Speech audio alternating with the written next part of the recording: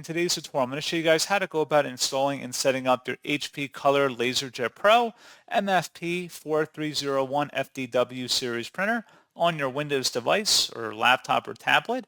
So this should hopefully be a pretty straightforward process here, guys. And without further ado, let's go ahead and jump straight into it. So all you have to do is open up a web browser, and into Google search, you want to search for HP Color LaserJet Pro, and then a space, MFP, another space, 4301 FDW support. Go ahead and search for that. Best result, you come back with an HP support page that says HP Color LaserJet Pro MFP 4301 FDW printer. Open up that link, and then on this page, you just want to scroll down here, and there should be an item that says Installation Software and Drivers. Go ahead and select the HP Easy Start entry in here. Go ahead and download that and give that a moment to begin. Once it's done, go ahead and open up that file to begin extracting it.